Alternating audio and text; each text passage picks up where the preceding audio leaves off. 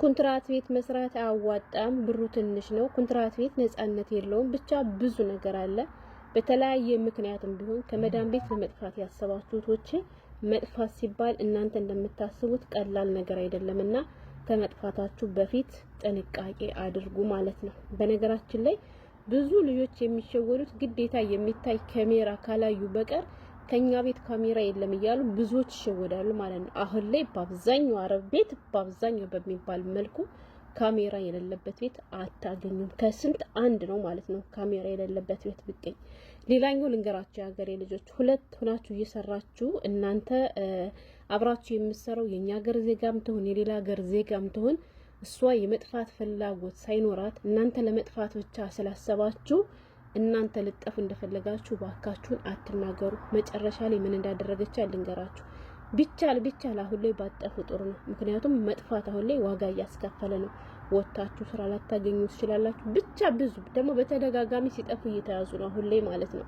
አሰላሙ አለይኩም ወራህመቱላሂ ወበረካቱ። ክርስቲያን ወገኖቼ ሰላም ብያለሁ። እንዴት ናችሁ? እኔ ያለው አልሐምዱሊላህ መይሙ ሸቃሪት ነኝ። ዛሬም በአዲስ ቪዲዮ መጥቻለሁ። አብራችሁን ቆዩ። ለቻናሉም አዲስ ከሆናችሁ ላይክ፣ ሰብስክራይብ በማድረግ ቤተሰብ ሁኑ።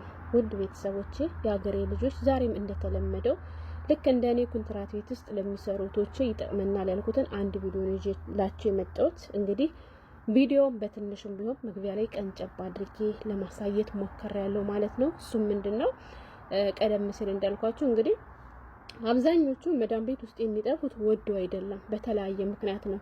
አንዳንዶቹ ደግሞ ውጭ ላይ ነፃነት አለ ኢጃዛ የሚባለው ነገር አለ ብለው ያ ነገር አታሏቸው መዳን ቤት ውስጥ ኮንትራት ቤት ጥሩ ቤት አጋጥሟቸውም በዚህ ምክንያት ብቻ የሚጠፍም አሉ ማለት ነው። እና የሀገሬ ልጆች በምንም ምክንያት ይሁን በምንም ምክንያት አረብ ቤት ውስጥ ለመጥፋት ያሰባችሁት መጥፋት ሲባል የጠፉ ልጆች እንደሚያወሩት ቀላል ነገር አይደለም ማለት ነው። ገብቷችኋል?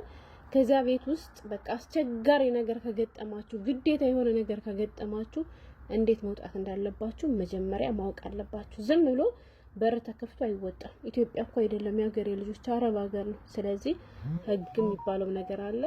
በህግ ከጣሳችሁ ደግሞ ብዙ ሌላ ጣጣ ውስጥ ልትገቡ ስለምትችሉ ግዴታ መጥፋት ካለባችሁ በቃ ሳትያዙ እዚያ ቤት እንዴት መውጣት እንዳለባችሁ ማሰብ አለባችሁ። ገብቷችኋል? ለምሳሌ ቀደም ሲል ያያችኋት ልጅ እንግዲህ ለመጥፋት ሞከረች፣ ከቤት ወጣች። የሚገርመው ነገር ይችል ልጅ የቤቱ ካሜራ እየቀረጻት ነበረ፣ እንዲሁም ደግሞ ሌላ ሰውም በስልክ እየቀረጻት ነበር ማለት ነው። ገባችሁ? አንድ የቤቱ ካሜራ እየቀረጻት ነው፣ ሁለት ደግሞ ሌላ ሰው በመስኮት እየተከታተለ ፎቅ ሆኖ እየቀረጻት ነበር ማለት ነው። ለዚህም ነው አጠፋፋችሁን አስተካክሉ ያልኳችሁ።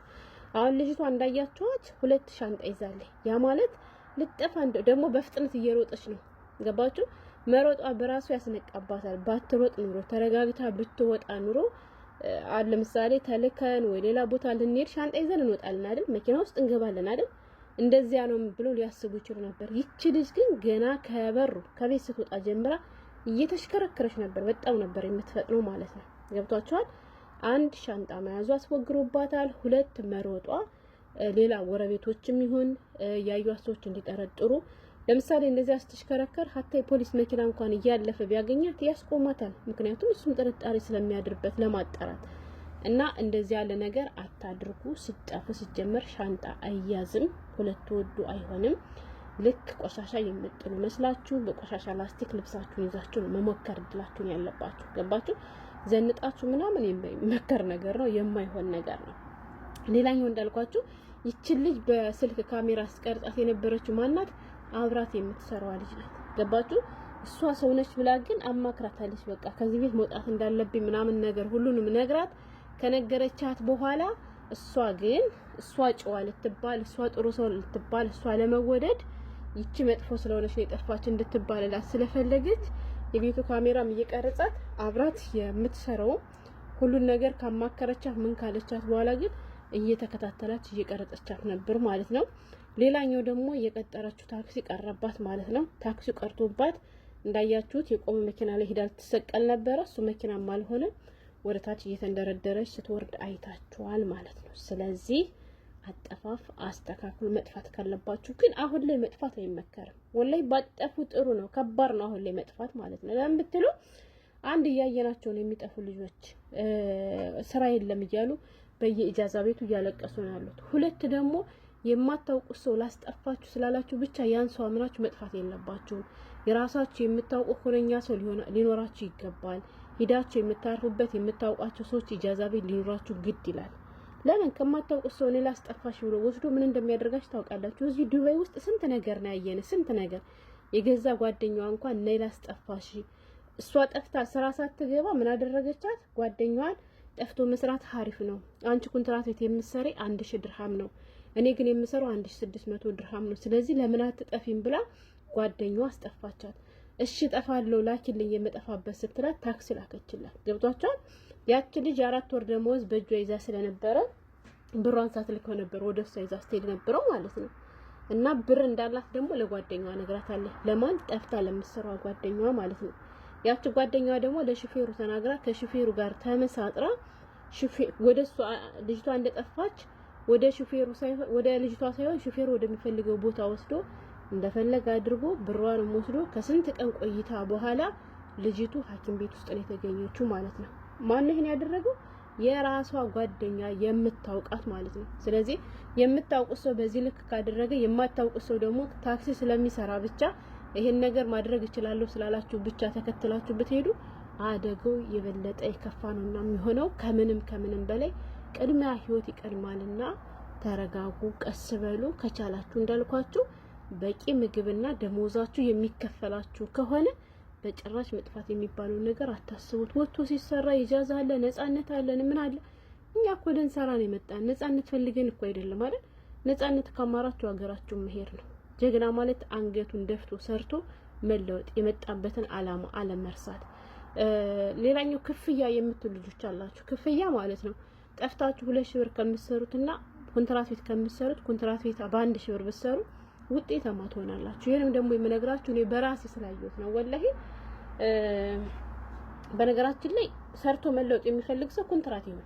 ኮንትራት ሆናችሁ ሰርታችሁ ትለወጣላችሁ። ለምንድነው እሱም 2000 ቢከፈላችሁ ለስሙ ጠፍተው የሚሰሩ ልጆች በወር እንኳን 500 ሪያል ወይ 500 ድርሃም አይተርፋቸው። ወጫቸው ብዙ ነው። በዚሁ ልክ በሚከፈላቸው ልክ ማለት ነው።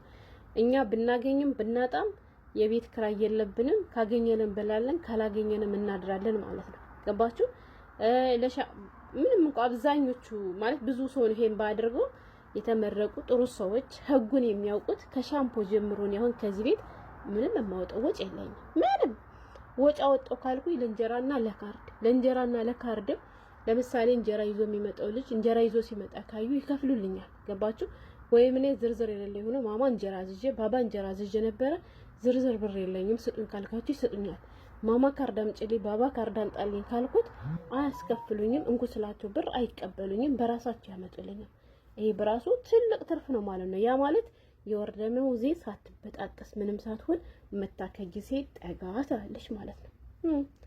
ስለዚህ አነሰን ደሞዝ ብላችሁ በደሞዝ ማነስ ብቻ አትጥፉ። ግን የምግብ ችግርና የደሞዝ ክልከላ ችግር ካለባችሁ በነፃ ከመስራት ይሻላል። እውነት ለመናገር ድሮ ነበር ድሮ ጠፍቶ የሚሰሩ ልጆች አዎ። ምክንያቱም ከጠፉም አንደኛ አይቀመጡም፣ ተሎ ስራ ይገባሉ፣ ጥሩ ብር ይከፈላቸዋል። እስከ 2005 እስከ 3000 ሳውዲ አረቢያ ላይ ይከፈል ነበር።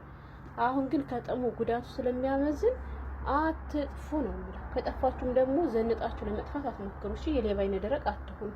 ጥሙርሙር ብላችሁ ላስቲክ ይዛችሁ የቆሻሻ ላስቲክ ጥቁር ላስቲክ ይዛችሁ ነው መውጣት ያለባችሁ። ምክንያቱም ቆሻሻ የሚጥሉ መስላችሁ ለመውጣት እና ይሄን ለማለት ነበረ። እና ልጅቱ አላመለጠችም፣ ተይዛለች። ዱአ አድርጉላት ማለት ነው።